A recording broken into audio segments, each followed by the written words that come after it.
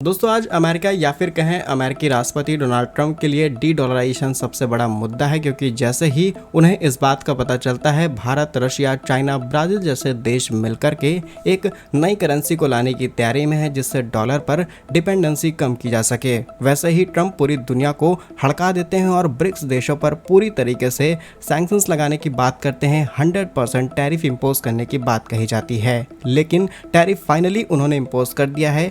100% tariff तो नहीं, लेकिन इसके चपेटे में पूरी दुनिया आ गई और अब जर्मनी जैसे देश अमेरिका में अपना रखा हुआ 1200 टन सोना और अलग अलग देश अमेरिका में रखा हुआ अपना सोना वापस निकालने की तैयारी में है। और अगर ऐसा होता है तो डी डॉलराइजेशन को एक बार फिर से हवा मिल जाएगी और ट्रंप अब किसको किसको रोकते फिरेंगे। वहीं एक और बड़ी खबर भारत के एक्सपोर्ट से सामने निकल के आ रही है, जहां पर मर्चेंडाइज एक्सपोर्ट फ्लैट के अनुमान के मुताबिक फाइनेंशियल ईयर 2025 में भारत का total export 800 billion US dollar के आंकड़े को पार कर सकता है। तो आइए आज के इस वीडियो में दोनों इंपॉर्टेंट अपडेट डिटेल्स में आपको बताते हैं। यदि आपको हमारा काम और रिसर्च पसंद आए तो वीडियो को लाइक और चैनल को सब्सक्राइब जरूर कीजिएगा, क्योंकि आपकी मदद की हमें जरूरत है। तो सबसे पहले जर्मनी से आ रही अपडेट की बात की जाए तो कुछ दिनों पहले एक और खबर सामने निकल के आती है कि ब्रिटेन के अंदर, जो ब्रिटेन की अलग अलग बैंकों के अंदर दुनिया भर ने गोल्ड अपना स्टोर करके रखा है, फिर चाहे वो बड़े बिजनेसमैन का हो, किसी कंपनी का हो या फिर किसी कंट्री का। भारत का भी करीब 325 टन के आसपास सोना इंग्लैंड के अंदर अभी भी रखा है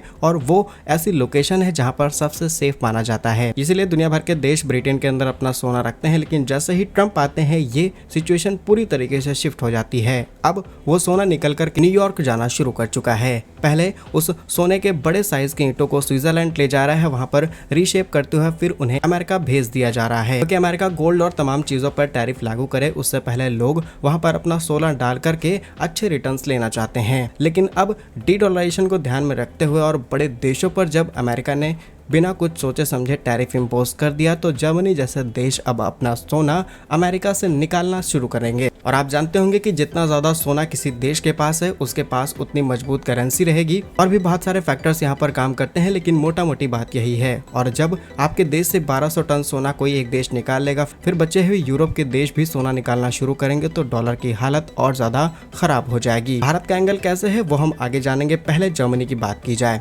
रिपोर्ट्स के मुताबिक 1200 टन जर्मनी का सोना जो कि अमेरिका के अंदर रखा है उसे बाहर निकालने की तैयारी में है जर्मनी। अब इससे काफी बड़ा जियोपॉलिटिकल शिफ्ट आपको देखने को मिलेगा और इसे डी डॉलराइजेशन की वापसी के रूप में देखा जा रहा है। पिछले हफ्ते ही ये खबर सामने निकल के आई जिसमें इस बात का खुलासा किया गया। और जर्मनी जैसे देश अपना सोना इसलिए वापस लेना चाहते हैं, इसके पीछे कारण है अमेरिकी राष्ट्रपति डोनाल्ड ट्रंप की नीतियां, विशेष रूप से यूरोपियन यूनियन पर लगाए गए टैरिफ यानी कि इंपोर्ट ड्यूटी को बताया जा रहा है। जानकारी के लिए आपको ये भी बता दें कि जर्मनी का सोना वापस लाने की चर्चा कोई नई बात नहीं है। इससे पहले भी जब द्वितीय विश्व युद्ध के बाद शीत युद्ध शुरू हुआ तब भी जर्मनी ने अपना अधिकांश सोना अमेरिका, फ्रांस और ब्रिटेन जैसे देशों में जमा किया था। इसका कारण था जर्मनी की सुरक्षा और सोवियत संघ के खतरे की आशंका। उस समय अमेरिका में न्यूयॉर्क फेडरल रिजर्व बैंक में जर्मनी ने अपना सोना सुरक्षित रख दिया था। साल 2013 में जर्मनी ने घोषणा की थी कि वह अपने सोने के भंडार का एक बड़ा हिस्सा वापस लाएंगे।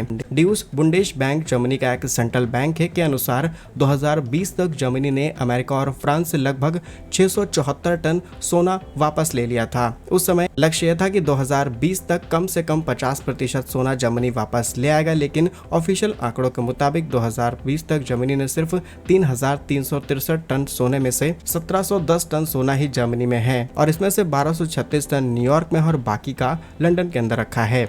अब इसी के तार जोड़ते हैं डी डॉलराइजेशन से। यदि जर्मनी अपना 1200 टन सोना वापस लाता है तो इसका मूल्य कितना होगा। अप्रैल 2025 में सोने की अंतर्राष्ट्रीय कीमत लगभग $2500 प्रति औंस के आसपास है और अभी ये चीजें बढ़ने वाली हैं, इसीलिए 1150 औंस होते हैं। तो 1200 टन सोने की कीमत कितनी होगी, यानी कि 1200 टन सोना गुणे 32, 150 औंस गुणे $2500, जो कि लगभग 96.45 बिलियन डॉलर के आसपास होता है। और ये तो सिर्फ करंट प्राइस के हिसाब से वैल्यूएशन लगाई जा रही है, आगे चल के ये बढ़ और घट दोनों ही सकती है। अब इससे अमेरिकी बॉन्ड यानी कि जो ट्रेजरी सिक्योरिटी है उस पर जो ग्लोबल इन्वेस्टर्स की सिक्योर संपत्तियां हैं उसके लिए एक बड़ा खतरा बन जाएगा। लेकिन अगर देश अपने सोने के भंडार को वापस लेते हैं तो डॉलर पर विश्वास कम करते हुए वे अमेरिकी बॉन्ड्स को बेचना शुरू कर सकते हैं। इससे बॉन्ड की कीमतें गिर सकती हैं और ब्याज की दरें बढ़ सकती हैं, जो कि अमेरिकी की अर्थव्यवस्था के लिए बहुत बड़ा नुकसान होने वाला है। और इसीलिए अभी तक फिलहाल इस चीज पर अनुमान लगाया जा रहा है, क्योंकि जर्मनी जैसे देश से शायद अमेरिका बैक चैनल से बातचीत करते हुए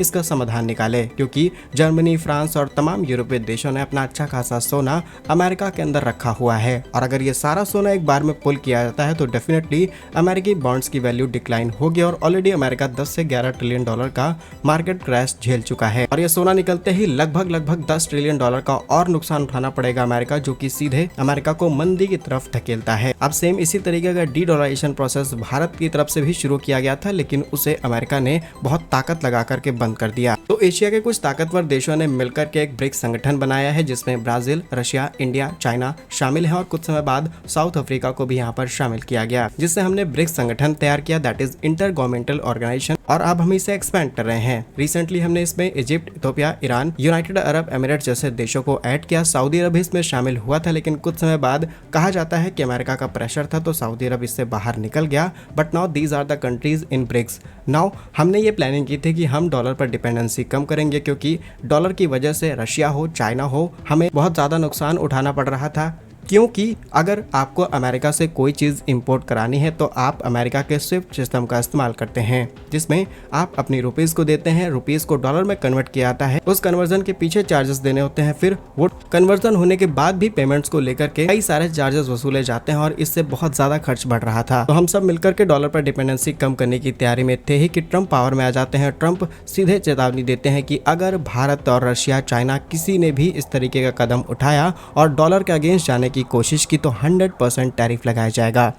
और यहाँ पर रशिया, चाइना तो नहीं, लेकिन भारत थोड़ा सा सहम गया और डायरेक्टली हमारे external affairs minister S Jaishankar ji सामने निकल के आते हैं और क्लियरली बताते हैं कि हम किसी भी तरीके की नई करेंसी के बारे में बातचीत नहीं कर रहे हैं। हम डॉलर के अगेंस्ट कैसे जा सकते हैं? मोस्ट ऑफ द हमारे फॉरेक्स रिजर्व डॉलर में स्टोर किया जाता है, तो हम डॉलर के अगेंस्ट नहीं जा सकते। लेकिन इंटरनली हम इस चीज़ पर काम कर रहे थे, बातचीत चल रही थी, लेकिन क्योंकि हम अमेरिका के साथ ट्रेड सरप्लस में करते हैं तो अमेरिका को नाराज करना मतलब अपने पूरे बिजनेस को चौपट करना। और अमेरिका जिस तरीके से ऑयल मार्केट को इफेक्ट कर रहा है, जिस तरीके से टैरिफ लगा रहा है, आने वाले समय में पूरा कंट्रोल अमेरिका के हाथ में आ जाएगा। और अमेरिका से दुश्मनी मोल लेने का मतलब है कि अपने आसपास बहुत बड़े खतरे को दावत देना। और वैसे भी भारत के आसपास कुछ अच्छा चल नहीं रहा। बांग्लादेश, म्यांमार, पाकिस्तान, नेपाल, श्रीलंका ने रिश्ते सुधारे हैं। वहीं मालदीव जैसे देश किस तरीके से भारत के अगेंस्ट खड़े हुए हैं, मोहम्मद यूनुस जैसे बांग्लादेश में बैठे हुए तमाम टिप्पणियां कर चुके हैं, ये सब कुछ आप देख पा रहे हैं। अब इन सब के पीछे किसी बड़ी ताकत का हाथ ना हो, ऐसा नहीं हो सकता, लेकिन डायरेक्टली किसी भी देश का नाम लेना ठीक नहीं होगा। बाकी आपको समझदार है, क्या कुछ कहना है आपका इस खबर पर हमें कमेंट्स में जरूर बताइए। भारत कैसे ही वीडियोस पाने के लिए वीडियो को लाइक, चैनल को सब्सक्राइब जरूर कीजिए। वंदे मातरम, भारत माता की जय।